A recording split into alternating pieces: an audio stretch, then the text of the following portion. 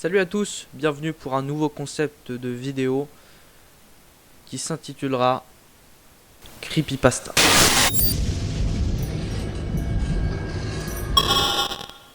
C'est plutôt simple comme nom, mais bon, j'ai trouvé que ça. Donc, plein de personnes connaissent les creepypasta et j'avais un petit peu envie de changer des jeux vidéo. J'avais envie vraiment de passer par quelque chose de changer, quelque chose que je peux vous parler et de mettre une nouvelle ambiance sur cette chaîne. Et c'est pour ça que je vais raconter des creepypasta. Pour ceux qui ne savent pas ce que c'est simplement des histoires de fantasy et d'horreur qui sont devenues au cours du temps des légendes. Pour les âmes sensibles, je vous prierai de ne pas regarder cette vidéo pour la simple et bonne raison qu'il pourrait y avoir des images choquantes, ou même pour le simple fait que ça pourrait vous choquer, les histoires. Maintenant que cela est dit et que je vous ai prévenu, nous allons pouvoir passer à la première histoire, l'histoire de Jeff the Killer.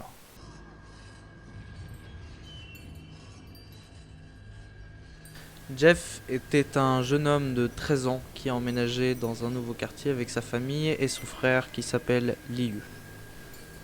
Le premier jour d'école, ils vont être accostés par des brutes qui s'appellent Randy, Kate et Troy. Ils ont été menacés avec des couteaux, donc Jeff ne s'est pas laissé faire et les a tabassés.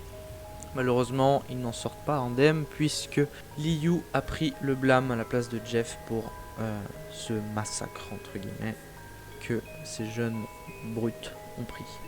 Jeff tombe alors dans une profonde dépression et les brutes reviennent lors d'une fête contre Jeff, cette fois-ci qui sera seul face à ces trois personnages. Jeff se fera attaquer par Kate avec de l'eau de javel et se fera incendier, mais avant ça, il aura tué l'un des trois. Pendant cette bagarre, l'esprit de Jeff s'est complètement brisé. Lorsque Jeff se réveille, il était à l'hôpital, entouré de bandages autour de son visage. Lorsque les bandages ont été retirés, le visage de Jeff était tout pâle, les lèvres rouges et des brûlures très marquantes, avec une texture de cuir. Mais Jeff disait « J'aime mon visage » avec un rire hystérique. Mais le médecin a stupidement pensé que c'était une folie, un effet secondaire de l'analgésique qu'il lui avait procuré. Donc, il laisse Jeff rentrer chez lui.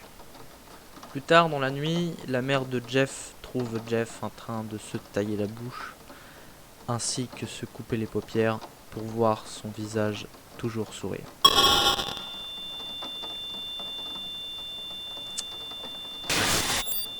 La mère est donc partie voir son mari pour lui dire que son fils était devenu complètement fou et qu'il fallait le tuer. Malheureusement, Jeff avait entendu la conversation et les a poignardés violemment. La mort des parents a réveillé le frère Liu qui était à la maison, qui a récemment été libéré, et Jeff qui s'apprêtait à lui planter le couteau lui dit en chuchotant « Va dormir ».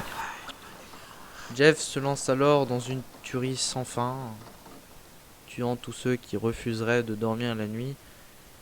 Et alors que l'histoire continue, Jeff se baptise alors Jeff the Killer, donc Jeff le tueur. Voilà pour l'histoire de Jeff the Killer, une histoire qui est plutôt... C'est pas l'histoire la mieux écrite honnêtement, mais c'est l'une des histoires qu'on apprend en premier quand on voit les creepypasta. Personnellement, quand j'étais plus petit, j'y croyais à cette histoire, comme à beaucoup de creepypasta, mais bien sûr, c'est que de la fantaisie, c'est pas vrai, c'est tout ça est bien évidemment faux. Bon, de toute façon, je pense qu'on peut le voir parce que cette histoire est quand même écrite un petit peu avec le cul, mais elle est fortement intéressante. Faut la connaître.